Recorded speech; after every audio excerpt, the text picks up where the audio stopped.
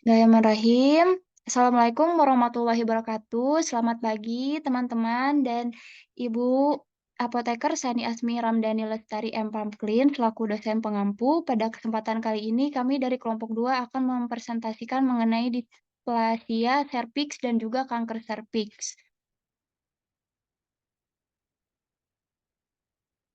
Adapun anggota kelompok 2 yaitu ada Talita Kintara, Sifa Syahira, Yasmin Najiah, Salsa Jahrul Yusuf, Dina Amalia Damayanti, dan juga Sisti Isma Yunita. Untuk definisi dan gejala akan dipaparkan oleh Dina Amalia kepada Dina Amalia, dipersilakan. Baik, di sini ada definisi displasia serviks adalah adanya pertumbuhan sel-sel abnormal yang terjadi di permukaan serviks atau leher rahim. Displasia serviks bisa merupakan sel prekanker, tapi bisa juga tergantung jenisnya. Terdapat dua jenis displasia serviks, yaitu yang pertama, displasia serviks tingkat rendah, berkembang perlahan dan bisa membaik dengan sendirinya. Kemudian yang kedua, displasia serviks tingkat tinggi. Bisa berkembang menjadi kanker serviks sama seperti penyebab kanker serviks. Displasia juga disebabkan oleh human papillomavirus atau HPV menurut Aminah 2017. Next.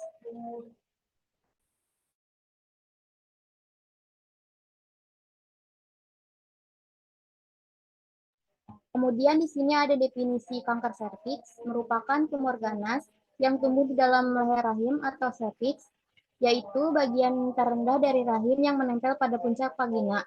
Berdasarkan pemaparan tersebut, kanker serviks atau yang dikenal juga dengan kanker leher rahim merupakan kanker ganas yang tumbuh di leher rahim yang disebabkan oleh papilloma virus. Next. Kemudian di sini ada gejala. Yang pertama ada gejala displasia serviks. Displasia serviks umumnya tidak bergejala, namun adanya sebagian penderita yang mengalami gejala berupa pendarahan dari vagina. Displasia serviks ditandai dengan perubahan abnormal pada bentuk dan ukuran sel sehat pada jaringan serviks. Perubahan tersebut umumnya tidak bersifat ganas atau kanker. Kemudian ada gejala kanker serviks, yaitu perdarahan dari vagina di luar periode menstruasi, keputihan yang encer, berwarna kecoklatan, bercampur dengan darah, dan berbau busuk. Terima kasih. Baik, terima kasih Dina. Selanjutnya, prevalensi hingga etiologi akan dipresentasikan oleh Yasmin. Kepada Yasmin, dipersilakan. Baik, terima kasih Salsa. Kemudian mengenai prevalensi, menurut Kemenkes, prevalensi kanker di Indonesia pada tahun 2020 itu yaitu sebesar 36,633 kasus atau 9,2% dari total kasus kanker. Daerah Istimewa Yogyakarta memiliki prevalensi yang tertinggi yaitu 4,1%. Nah, berdasarkan estimasi jumlah penderita kanker di Jawa Tengah dan Jawa Timur, merupakan provinsi dengan kanker terbanyak. Kejadian ini meningkat karena minimnya tindakan penapisan efektif agar prakanker dan kanker stadium dini terdeteksi. Kemudian prevalensi displasia menurun dengan meningkatnya umur. Displasia ringan sampai sedang tertinggi yaitu pada umur 25 sampai 29 tahun, yaitu 2,6%. Dan menurun menjadi 0,9% pada umur lebih dari 50 tahun. Sedangkan displasia berat terjadi 0,5% pada umur 35 sampai 39 tahun. Setelah terinfeksi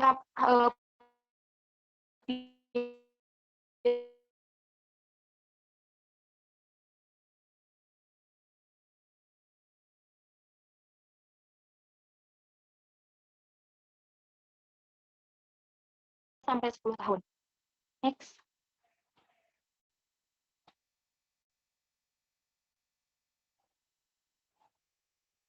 Nah, kemudian untuk epidemiologi, menurut WHO tahun 2022, kanker serviks dan displasia merupakan kanker terbanyak kedua di dunia dengan diperkirakan ada 604.000 kasus baru dan 342.000 kematian yang disebabkan oleh kanker serviks yang terjadi akibat kontak seksual.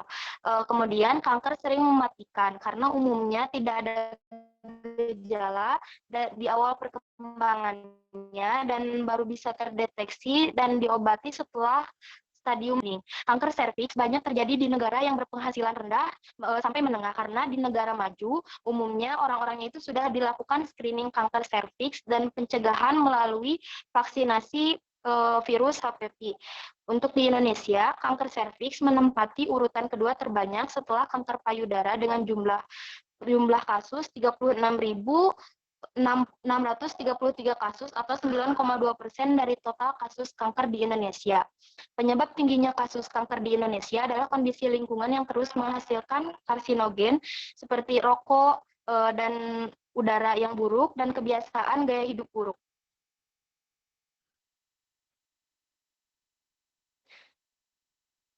Nah, kemudian untuk diagnosisnya, yang pertama bisa didiagnosis dengan metode IVA atau infeksi visual asam asetat, yaitu dengan screening kanker dengan mengoleskan asam asetat 3,3-5% pada serviks dan melihat adanya perubahan yang terjadi untuk mendeteksi adanya displasia, yaitu prakanker.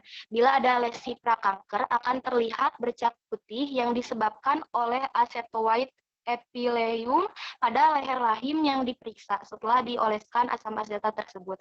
Kemudian diagnosis yang kedua bisa dilakukan dengan pemeriksaan sitologi, yaitu dengan pap smear.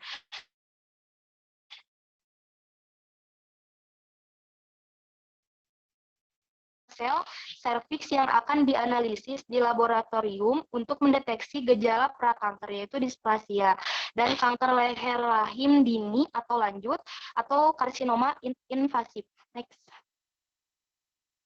Kemudian yang ketiga, yaitu pemeriksaan DNA HPV. Pemeriksaan dengan mengambil sampel endocervix dan ostium cervix menggunakan kapas atau sikat lembut. Sampel diperiksa di laboratorium untuk mengetahui apakah ada materi genetik DNA virus HPV dalam sel yang menyebabkan kanker serviks. Jika misal hasilnya positif, sebaiknya dilakukan pemeriksaan kolposkopi.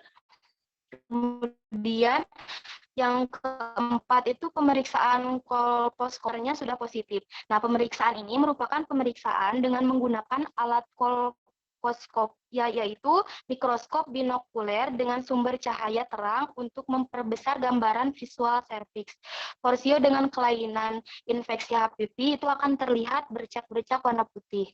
Kemudian jika memang sudah positif ada sel kanker, bisa dilakukan biopsi untuk meyakinkan diagnosis, yaitu pasien itu akan dibius lokal untuk mengambil sampel jaringan dari leher rahim atau serviks untuk diperiksa apakah memang terdapat sel kanker serviks di dalamnya. Nah, untuk biopsi ini merupakan diagnosis yang paling tepat yang dapat meningkatkan ketepatan diagnosis oleh dokter. Next.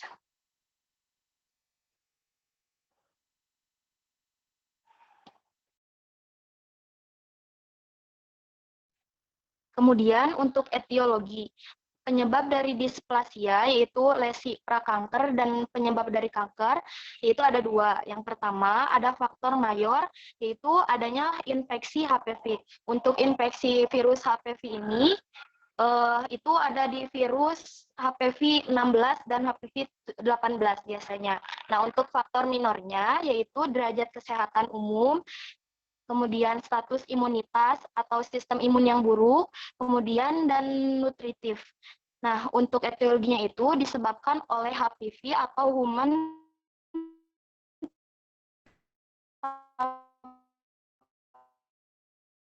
papilloma virus yang mempunyai kisaran 99,7%. Penularan terjadi melalui kontak kulit atau seksual dan menginfeksi kulit atau mukosa mulut. Nah, displasia serviks jika tidak ditangani bisa berkembang menjadi kanker serviks. Baik, terima kasih Yasmin. Selanjutnya, untuk patofisiologi manifestasi klinis akan dijelaskan oleh Kinta dan juga Isma. Kepada Kinta dan Isma, dipersilahkan.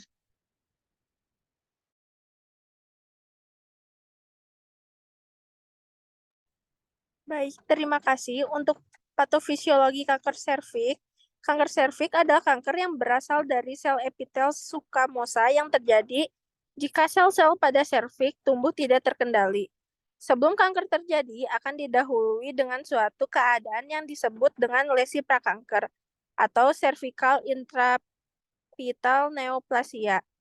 Fase prakanker ini sering disebut dengan displasia yang merupakan perubahan pragenasan dari sel-sel rahim. Terdapat 3 tahap utama prakanker yang dimulai dengan infeksi pada sel dan berlanjut menjadi intraepitelia neoplasia atau perkembangan sel-sel abnormal pada serviks dan pada akhirnya berubah menjadi sel kanker pada serviks. Next.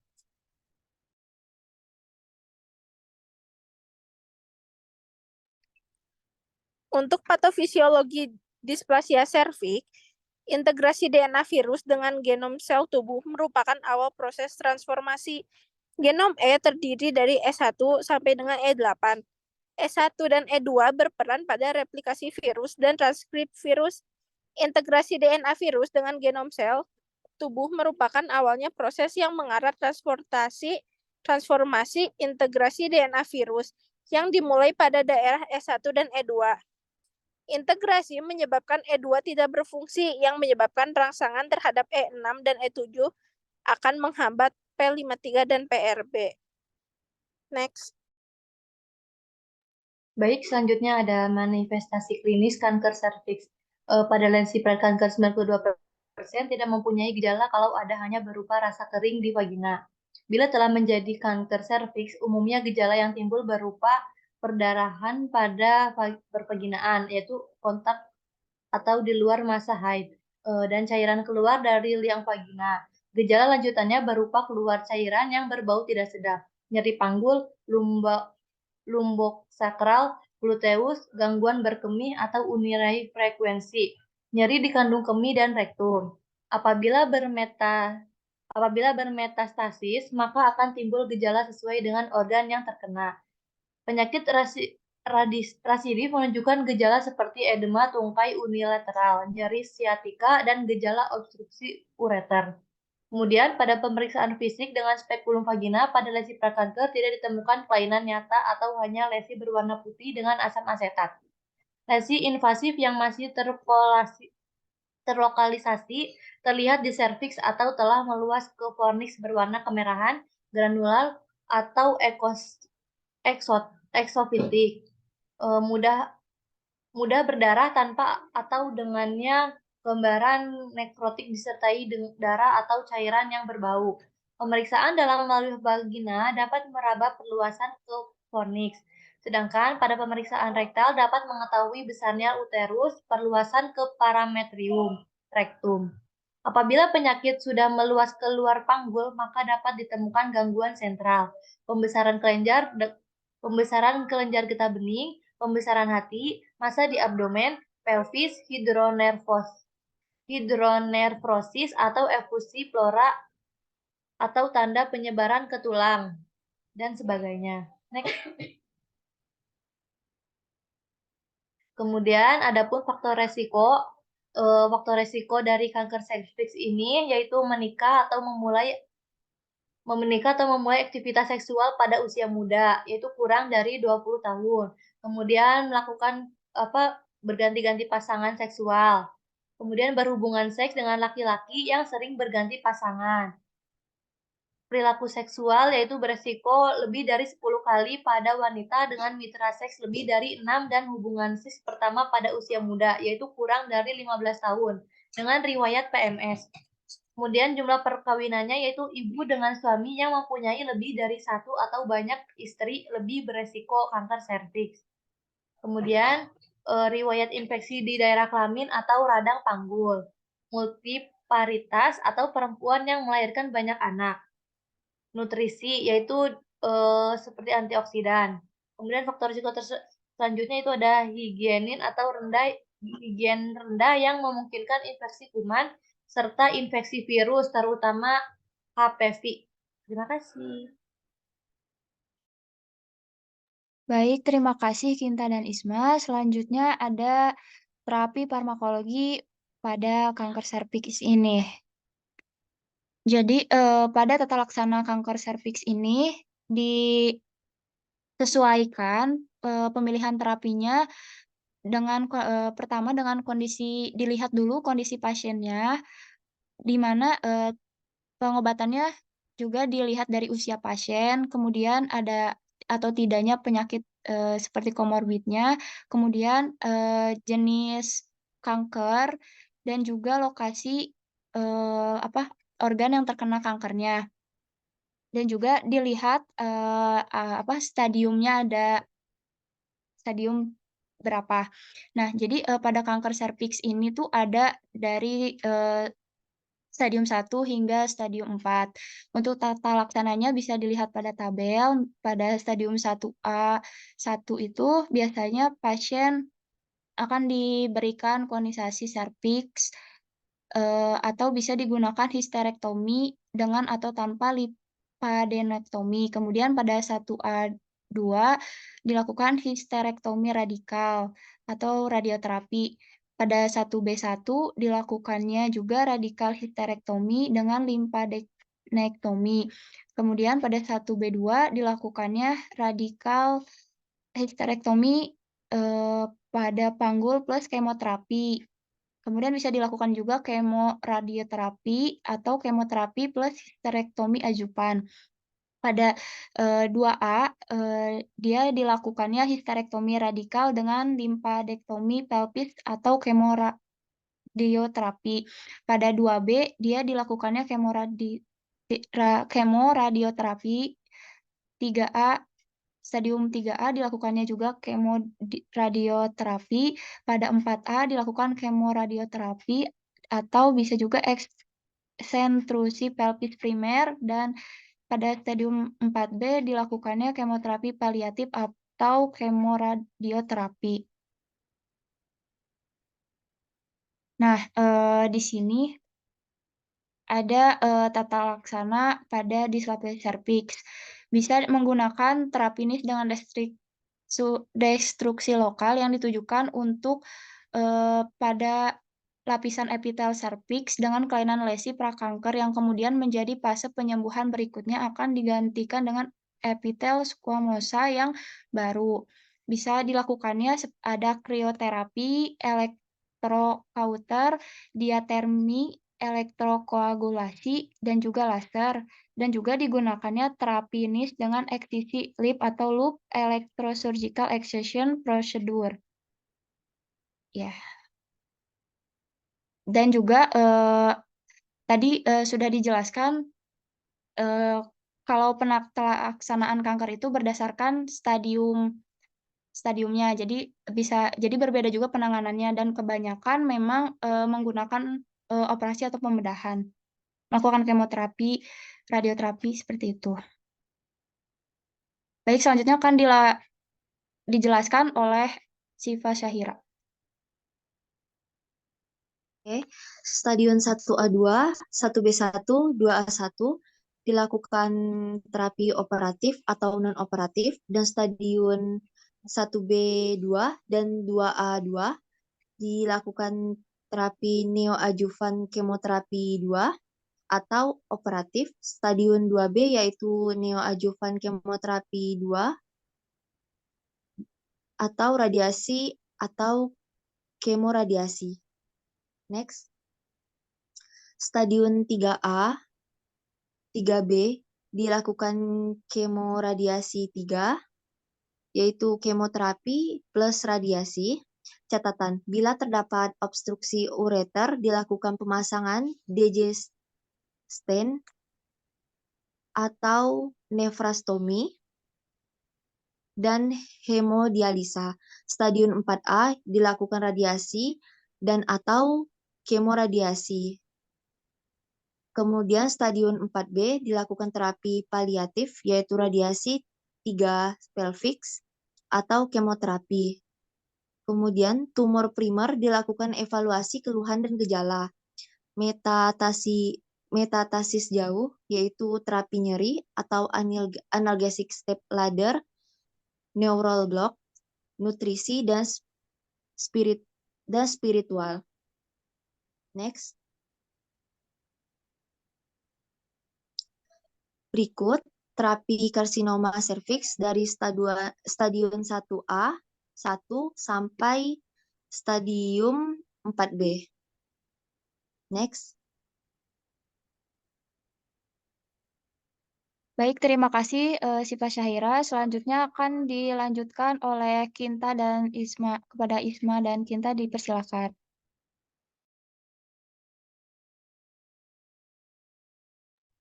Baik, terima kasih. Untuk obat-obatannya ada analgesik. Analgesik merupakan pendekatan utama dalam penanganan nyeri kanker. Dengan koordinasi terapi primer seperti kemoterapi, radioterapi, dan pembedahan, farmakoterapi dengan opioid, non-opioid, dan analgesik adjuvan dilakukan per individu untuk mendapatkan keuntungan dan keseimbangan antara hilangnya nyeri dan tidak timbulnya efek samping. Menurut WHO, 3 sleep ladder adalah sebagai berikut. Step pertama, penderita dengan nyeri kanker ringan sampai sedang harus diobati dengan analgesik non-opioid yang harus dikombinasikan dengan obat-obat tambahan jika ada indikasi. Next.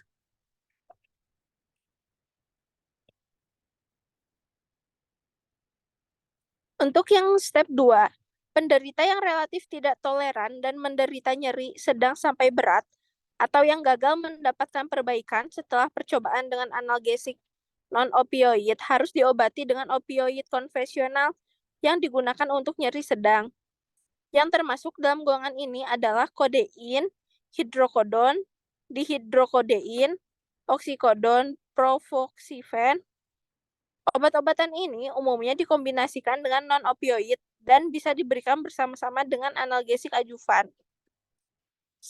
Step ketiga, penderita yang menderita nyeri berat atau gagal mendapatkan perbaikan yang adekuat setelah pemberian obat pada tangga kedua harus menerima opioid konvensional yang digunakan untuk nyeri berat.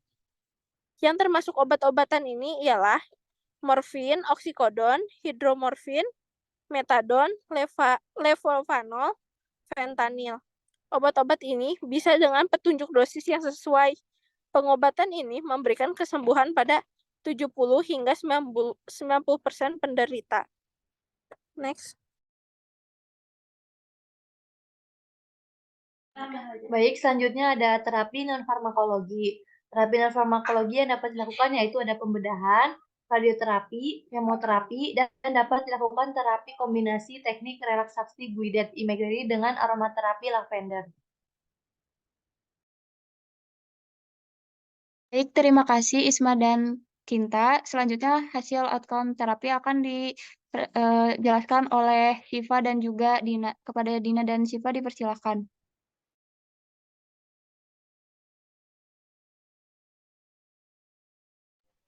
Baik, di sini ada hasil outcome terapi. Yang pertama, memperbaiki dan mengembalikan kemampuan bertani. Yang kedua, mengontrol nyeri. Kemudian yang ketiga, meminimalisir edematify. Yang keempat, itu meningkatkan dan memelihara fungsi kardiorespirasi. Yang kelima, memperbaiki fungsi sensoris. Yang keenam, proteksi fraktus yang mengancam dan cedera medula spinalis. Kemudian yang ketujuh, mengoptimalkan prinsip konservasi energi dan modifikasi aktivitas. Kemudian memaksimalkan pengembalian fungsi otak sesuai dengan bedanya. Kemudian yang kesembilan, meningkatkan kualitas hidup dengan memperbaiki kemampuan aktivitas fungsional.